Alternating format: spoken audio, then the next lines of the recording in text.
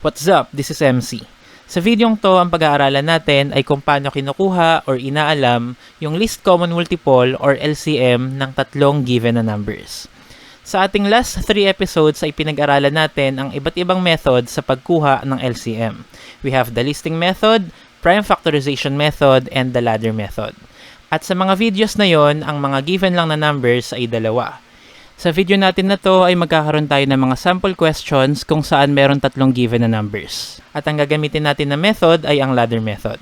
So first question, what is the LCM of 8, 20, and 36?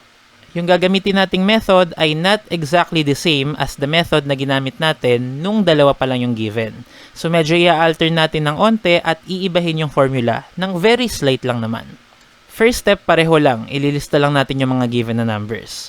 And second step, mag-draw ng vertical bar. So, parehong-pareho lang. Third step, maghahanap tayo ng mga common prime factors among the given options. Kung hindi malinaw sa'yo yung mga steps na sinasabi ko at kailangan mo pa ng additional details, ay panoorin yung mga binanggit ko na videos, ilalagay ko yung link sa description. Unlike nung dalawa pa lang yung given na numbers, hahanapan lang natin sila ng common prime factors. In this case na meron na tayong tatlong given, hindi naman kailangan yung hahanapin nating common prime factor ay dapat present sa tatlo. Pwedeng kahit sa dalawa lang. Pero in this case, si 8, 20 at 36 ay pare-parehong even. So pare-pareho silang merong common prime factor na 2. At i-divide natin silang lahat gamit yon. So 8 divided by 2 ay 4, 20 divided by 2 ay 10, and 36 divided by 2 ay 18. It just happened na silang tatlo ay merong common prime factors. And again, lahat na naman sila ay even. So meron silang factors na 2. And they will become 2, 5, and 9 respectively kapag dinivide ng 2. At ang nakuha nating mga numbers ay hindi na lahat even. Meaning hindi na sila lahat divisible by 2. So ibig sabihin, silang tatlo ay wala ng common prime factors. Pero actually, kahit tumingin lang tayo sa dalawang numbers, wala na rin silang common prime factor. Halimbawa, si 2 and 5, wala na rin. Pero if ever meron, ipapang-divide din natin yon. Si 2 and 9, wala din. Si 5 and 9, wala din. So we can say na ito na yung bottom line. At dito na nagtatapos ang step na to. So kailangan na natin yung formula. Again, inalter natin ng onte. Yung dating GCF times cofactors is equal to LCM ay naging vertical times horizontal is equal to LCM. So yung vertical, yan yung product ng mga numbers sa left side. However, hindi laging GCF yung makukuha nating result.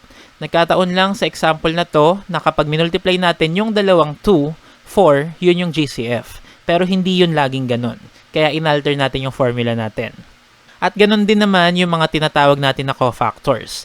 Hindi rin yung numbers lahat sa baba ay yung mga cofactors nung inalis na yung mga common prime factors. Kaya tinawag na lang natin silang horizontal.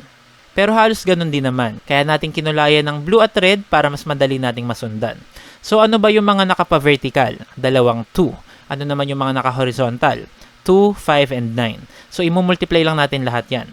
2 times 2 times 2 times 5 times 9. Medyo mahaba. Pero kapag kinompute nyo yan, ang sagot dyan ay 360. And that is our final answer. Again, itong ladder method na gamit natin ngayon ay parang wala namang pinagkaiba sa ladder method na ginamit natin sa previous episode. However, sa ibang example, mararamdaman nyo or makikita nyo yung pinagkaiba nila. Next question.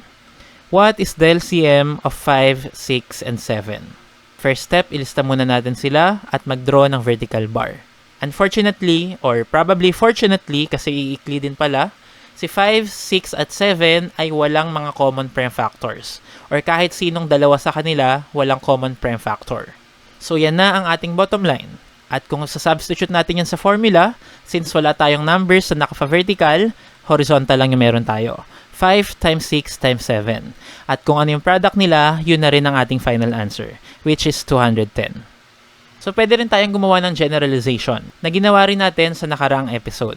Kung kahit sinong dalawa sa mga given na numbers ay walang common prime factors, ang kanilang LCM ay ang kanilang product. So ang LCM ni 5, 6, at 7 ay 5 times 6 times 7, which is 210. However, huwag kayong malilito kung ang naging given dyan ay 4, 5, and 6. Si 4 at si 6 ay merong common prime factor, which means hindi na applicable yung imumultiply lang sila. Kailangan natin gamitin yung general method. Again, applicable lang na i-multiply silang lahat kung kahit sinong dalawa ay walang common prime factor. Si 5 at si 6 ay walang common prime factor. Si 5 at si 7 ay walang common prime factor. Si 6 at si 7 ay walang common prime factor. So we can simply multiply all of them together to get their LCM. Next question. What is the LCM of 4, 6, and 9? First, lista muna natin yung mga given and then draw a vertical bar. Kung titignan natin, walang common prime factor yung 4, 6, and 9. However, kapag nag-focus lang tayo sa dalawang number, let's say si 4 and 6, meron silang common prime factor. 2, dahil pareho silang even. Paano yon? Si 9 wala naman siyang factor na 2. Okay lang yon. Ililista natin yung 2 sa left side, pero ang i-divide lang natin sa 2 ay yung mga divisible by 2, which are 4 and 6. So 4 will become 2, 6 will become 3, pero si 9, i-bring down lang natin, or kukopyahin lang natin, 9 pa din. So we now have 2, 3, and 9. Meron ba silang tatlo na common prime factor? Wala. So focus tayo sa dalawa-dalawa lang. Si 2 at si 3, meron ba silang common prime factor? Wala. Si 2 tsaka si 9, meron ba silang common prime factor? Wala din. Pero si 3 at si 9 ay merong common prime factor. Si 3. At si 3 ay ipapang-divide natin sa mga resulting numbers na meron lang factor na 3, which are 3 and 9. So si 2, i-bring down lang natin. Si 3 magiging 1 dahil 3 divided by 3 ay 1. And then si 9 ay magiging 3 dahil 9 divided by 3 ay 3. So our resulting numbers are 2, 1, and 3. At kahit sinong dalawa sa kanila ay wala ng common prime factor. Si 2 at si 1 ay wala. Si 2 at si 3 ay wala. At si 1 at si 3 ay wala din. Meaning, yan na ang ating bottom line. So, sila yung magre-represent ng horizontal. At yung vertical naman ay 2 and 3. At kung isa-substitute natin silang lahat sa formula, we will get 2 times 3 times 2 times 1 times 3. Medyo mahaba din. At ang product nila ay 36. Therefore, the LCM of 4, 6, and 9 is 36. Next question. What is the LCM of 36, 54, and 144? Ang tataas. Tatlong number pa. So kapag nag-listing method tayo dyan, ang tagal talaga. Pwede rin naman yung prime factorization method. I think effective din yun. Ang problema lang doon, masyado siyang maraming space na sinasakop compared kay ladder method. So again, ililista muna natin yung mga given, 36, 54, and 144. Then mag-draw ng vertical bar. So hanap tayo ng mga common prime factors. Kung merong mga common prime factors na present sa tatlong given na numbers, mas maganda. Pero kung sa dalawa lang, sa kahit sino sa dalawa sa tatlong given, okay lang din yun. In this case, 36, 54, at 144 ay pare-parehong mga even numbers. So meron silang factors na 2. At kapag dinivide natin sila sa 2 individually, we will get 18, 27, and 72 respectively. At hindi na sila pare-parehong even. However, yung 18 at 72 ay pareho pang even. So, pwede natin silang i-divide sa 2.